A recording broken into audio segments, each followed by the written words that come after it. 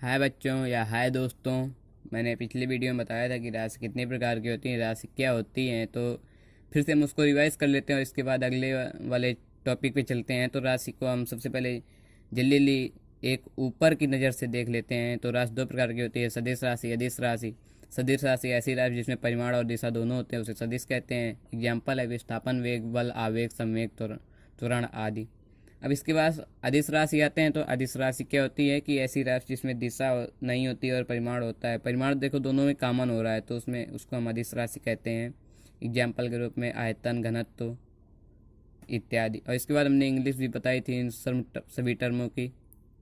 तो आज हम लेकर के आए हैं कुछ मौसम से रिलेटेड डिफिनीसन और उनके बारे में कुछ जानकारी। तो हमारा टॉपिक क्या है? मौसम ही है। हमारा टॉपिक क्या है? मौसम ही है। तो मौसम है तो गति तो भाई करेंगे ही, कुछ प्रैक्टिकल से करेंगे, कुछ वैसे करेंगे। तो अब हम सबसे पहले देखते हैं कि दूरी क्या होती है। लोग कहते हैं कि आज हम 40 किलोमीटर चल के आए हैं, लोग कहते हैं हम 50 किलोमीटर चल के आए। लेकिन भाई चल के आए हो तो दूरी तय करके आए होगे। दूरी तय करके आए हो तो कहते हो आज हम थक गए हैं। तो ये दूरी होती क्या है कि जो हमको थका देती है? तो वही आज देखते हैं। तो दूरी क्या होती है? देखो सबसे पहले जैसे कोई चीज़ होती है कि वो मार्ग उसका होता है। वाहन जब चलेंगे तो भाई अपने मार्ग पर चलेंगे, यातायात ट्रैवल करेंगे तो मार्ग पर ही करेंगे। तो देखिए जैसे कि ये हमने पेन लिया, ये इस समय इस पॉइंट पर है, इसको ब्लैक से डिनोट कर दिया। अब क्या हुआ कि ये पेन पर हमने क्या धक्का दिया, धक्का देने के बाद ये पेन थोड़ी सी दूरी इसने तय की और ये पेन कहाँ आ गया? ये यहाँ पर आ गया। पेन का कैप आगे वाला सिरा। तो ये अब हमने फिर इसको यहाँ से यहाँ ले गए, यहाँ लाए, फिर यहाँ ही आ गया। तो इसी प्रकार से एक एग्जाम्पल ये हो गया। और दूसरा एग्जाम्पल है कि जैसे हम, ये हमारा घर है और इसके बाद ये हमारा स्कूल है।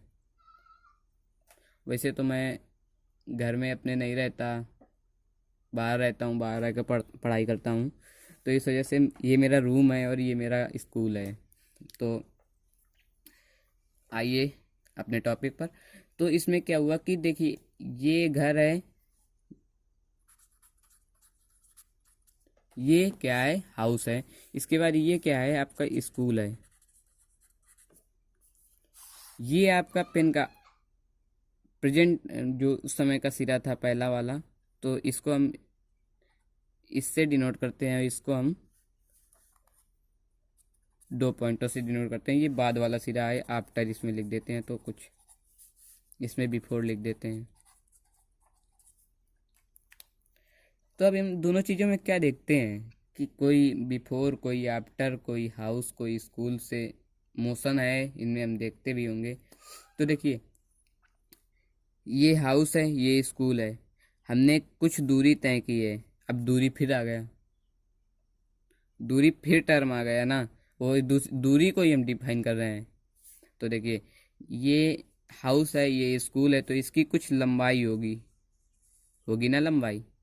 वही लंबाई क्या होगी कि 1 किलोमीटर होगी, 1000 मीटर होगी। ठीक है। अब इसके बाद ये आपका क्या है?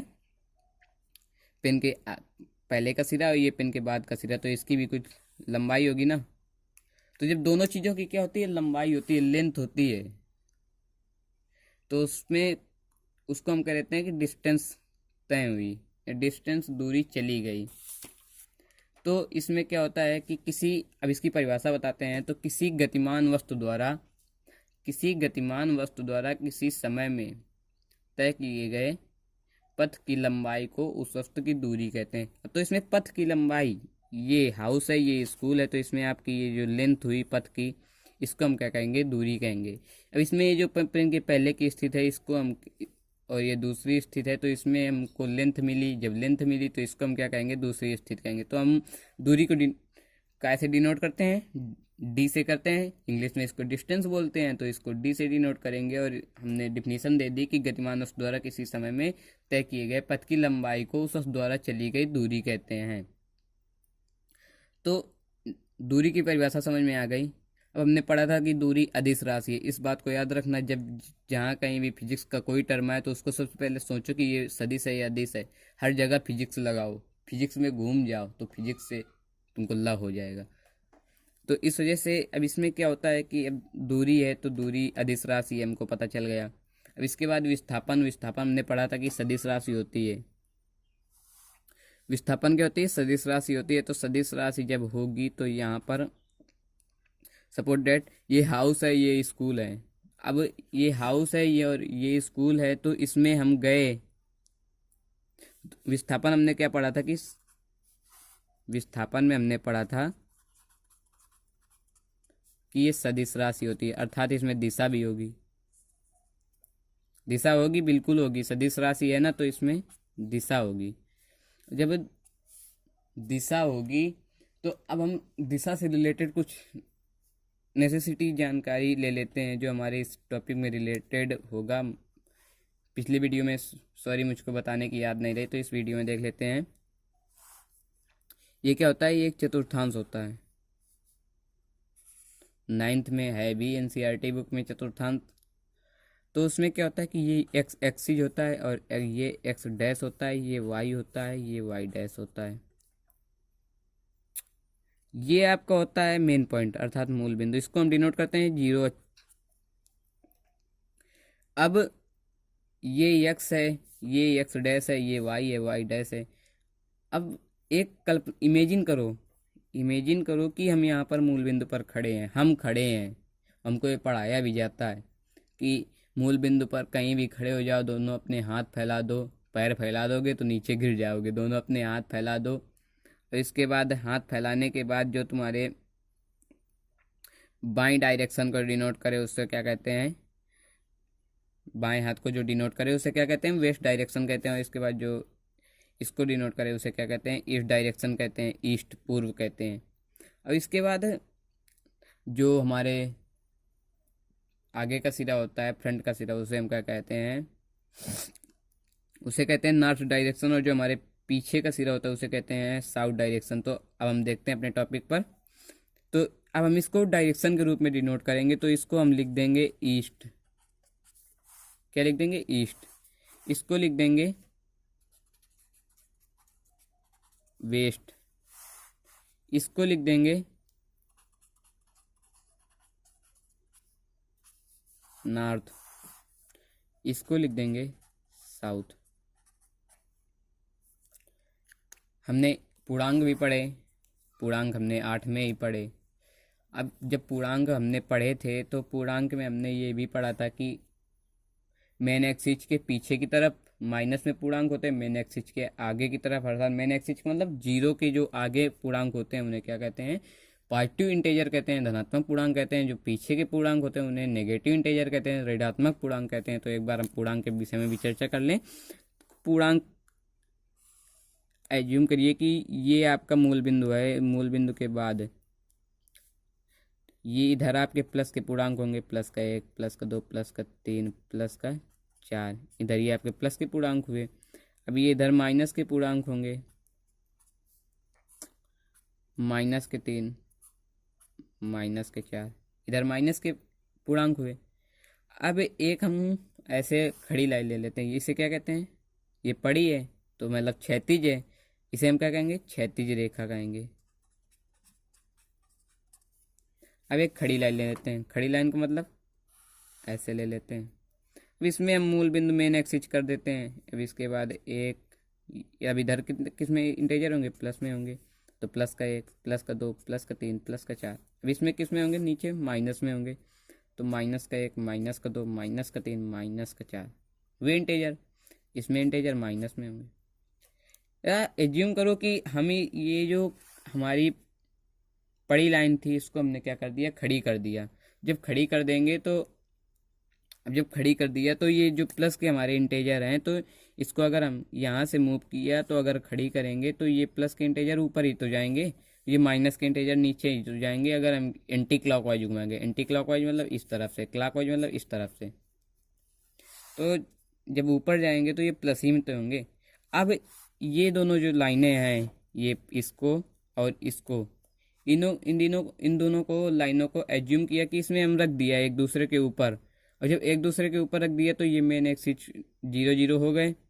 जब 0 0 हो गए तो अब इसमें क्या हुआ कि तुम्हारा जब इधर मेन एक्सिस तो 0 था तो 0 पे ही रहेगा। अब इसके बाद इधर के तुम्हारे इंटीजर ये प्लस में थे ना, तो ये लाइन एक ये रेखा बनी, तो इसमें तुम्हारे इंटीजर जब इधर वाले प्लस में थे तो ये भी तुम्हारे प्लस में होंगे, ये इधर माइनस में थे तो माइनस में होंगे। ये तुम्हारे प्लस में थे तो उधर जाए ऊपर जाएंगे प्लस में, ये तुम्हारे नीचे माइनस में रहेंगे। तो हमने पढ़ा कि जो ईस्ट और नॉर्थ क्या होते हैं, पॉजिटिव होते हैं। ईस्ट और नॉर्थ क्या होते हैं तुम्हारे, पॉजिटिव होते हैं। इसके बाद वेस्ट और साउथ ये तुम्हारे क्या होते हैं, नेगेटिव इंटीजर होते हैं। तो हमने दोनों विषय में अध्ययन किया है।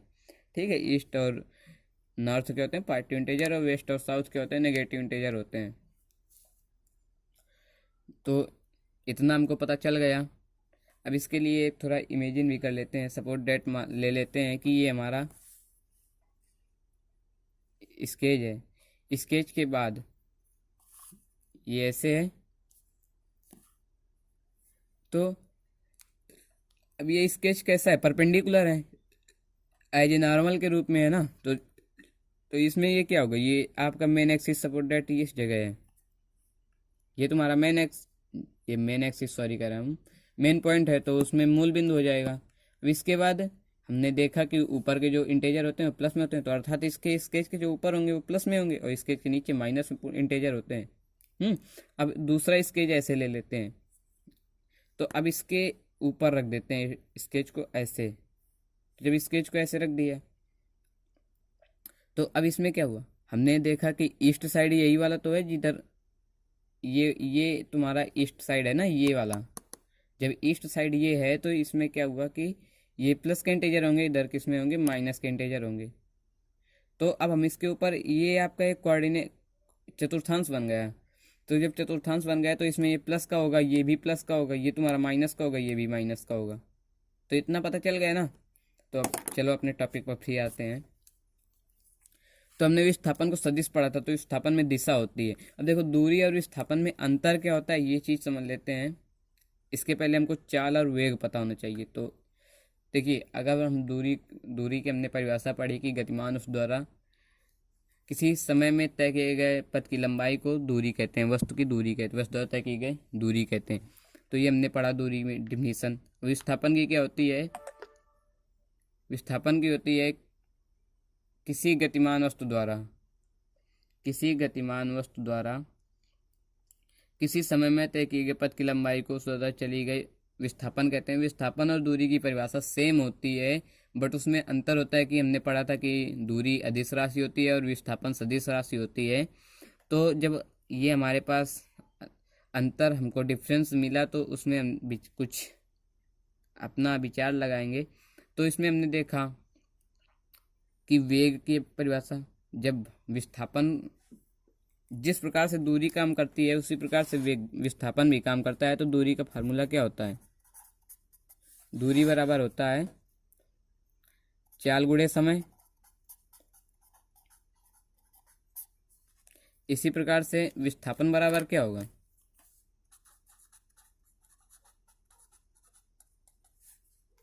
वेग गुणे समय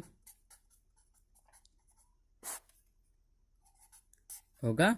दूरी बराबर चाल गुणे समय, तो विस्थापन बराबर वेग गुणे समय होगा। तो अब इसमें हम देखते हैं कि दूरी की जगह विस्थापन आ गया, चाल की जगह वेग आ गया। ये क्यों, तो हमने पढ़ा कि विस्थापन जब सदिश राशि है तो वेग भी सदिश हो जाएगी, दूरी सदिश है तो चाल भी सदिश हो जाएगी, दूरी अदिश है तो चाल भी अदिश हो जाएगी। इस प्रकार से ये तुम्हारा एक फार्मूला बन गया, और विस्थापन बराबर वेग गुणे समय, ये तुम्हारा दूसरा फार्मूला बन गया। इसी से दो फार्मूले और बनेंगे कि दूरी upon distance upon time is equal to speed, displacement upon time is equal to velocity. दो फार्मूले बनेंगे कि which displacement upon velocity is equal to time. वो तो साइड चेंज करने से, बॉर्डर के पार ले जाने से साइड उसको साइन चेंज हो जाते हैं। तो इस प्रकार से हमारा साइन चेंज हो जाएंगे, इसके दूरी के साइन चेंज हो जाएगा, विस्थापन का साइन चेंज हो जाएगा। तो इस प्रकार से होगा। तो आज हमने इसमें क्या पढ़ा कि दूरी एक क्या होती है। दूरी की परिभाषा हम सर्वप्रथम हमने पढ़ी कि दूरी क्या होती है, गतिमान वस्तु द्वारा किसी समय में तय की गए पथ की लंबाई को उस वस्तु द्वारा तय की गई दूरी कहते हैं। अब इसके बाद दूरी कैसी राशि है, यह एक अदिश राशि है, अर्थात स्केलर क्वांटिटी है, अर्थात इनमें दिशा नहीं होती। ठीक है।